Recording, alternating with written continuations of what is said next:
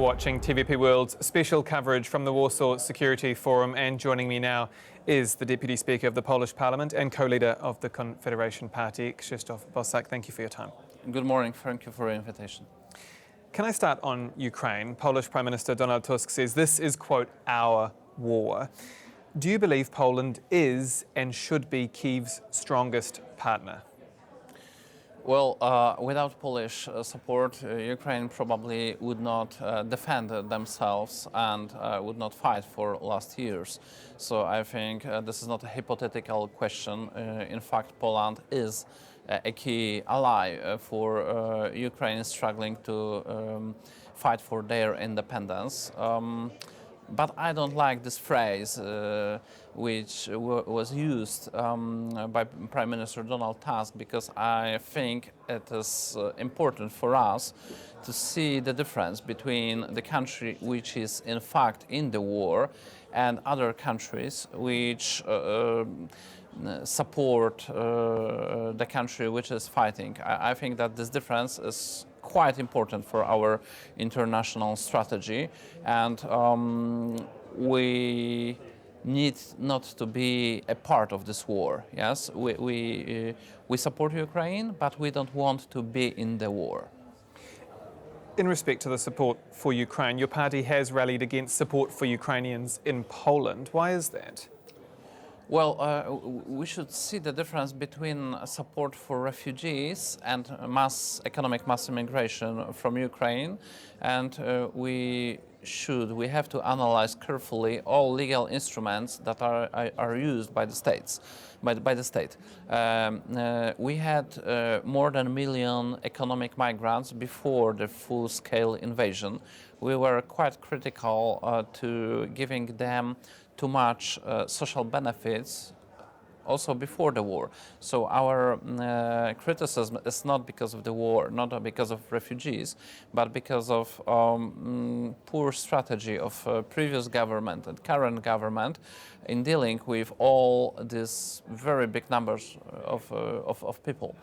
We believe that we should not build a parallel legal framework for Ukrainian citizens. Now we have, let's say, 3 legal orders, one for Polish citizens, another for foreigners, and the third for Ukrainian citizens.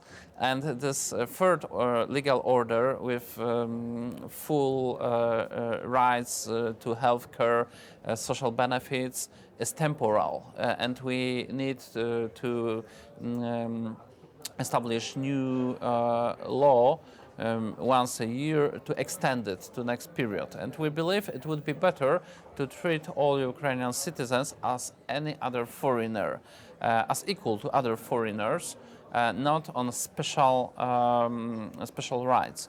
We believe that any special instruments were maybe needed just after full-scale invasion, when we truly had thousands of refugees on our border, but it was 2 years ago.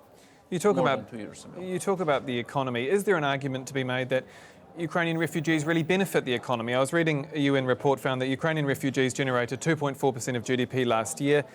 Wages of Polish citizens went up and unemployment went down. I mean, that to me sounds like a big win for Poland. Of course, it's obvious that every person who lives in Poland and who works in Poland is benefiting to the economy. It's obvious that the discussion is it fair reason to give some privileges, for example, in healthcare system. If you are a Polish citizen, you have to pay to the healthcare system to give all the goods. If you have Ukrainian passport, you don't need to pay anything, and you can get everything. Now it is changing a little bit. They are tightening this, but only 11 special services in healthcare system will be excluded. The rest stays. So we believe that it should not be like that. Yes, Ukrainian citizens should be treated not better than Polish citizen. It's against, let's say, natural order of political rights in the state to put somebody from abroad even higher than your own citizens. This is the reason of our criticism. And we do not deny that every person who lives here, works here, buys goods here, is giving some advantage to the economy, but we are not materialists. So we don't only count the money, we also have to see the system of values, the constitutional order of the country, and in my opinion it's even higher than the economy. But do you believe that Ukrainian refugees bring benefit to Poland? Well, it depends who we talk. There are millions. But there are Ukrainian refugees that do, there are right? millions of different people. Yes, there are hardworking, good people, and there Including Ukrainian and there are refugees. people who are not Ukrainian but with Ukrainian passports. For example, Georgian people with Ukrainian passports, Russian people with Ukrainian passports, people of other nationality, people who made some crimes. Very different people. So we are very, very open for good people, but we believe that the state should control who is coming here. And in fact, the last 3 years show to us that Polish state has no control even on who is here. For example, we are still struggling to regain the money that was taken by people who didn't live in Poland, but they took benefits from Polish social system.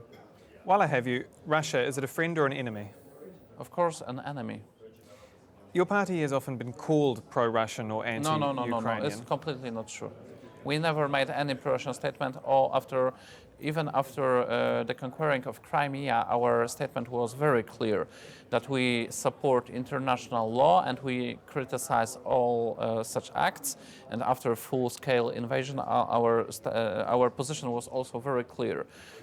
We never made any pro-Russian statement. It is a lie and a false accusation. But for example, one of the most crucial demands of the Kremlin towards Ukraine and the West is a ban on Ukrainian accession to NATO. That also was Sławomir Menczen's position in the presidential campaign. Oh yes, but it's not only our position, it's also a position of American diplomacy and many Western states. First, we believe that it is impossible to take to NATO state which is in the war. So this discussion, this debate is, in my opinion, completely theoretical.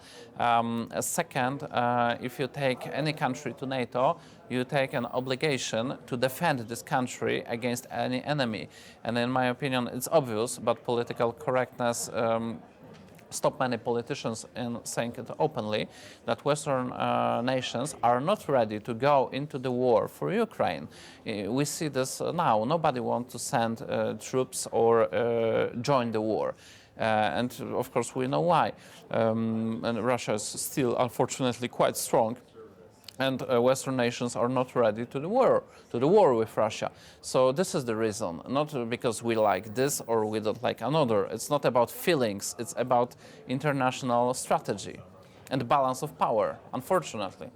I would like it to be in a different way, but this is how it is. If you were Prime Minister, how would you change the relationship with Vladimir Putin or Russia? Would you change it to Russia? Poland's relationship with Russia? For now, I do not see any chance to change it.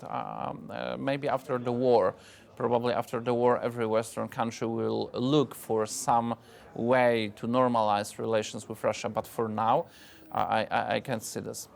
Do you want to be Prime Minister one day? I didn't imagine such a scenario. So you're ruling it out, or?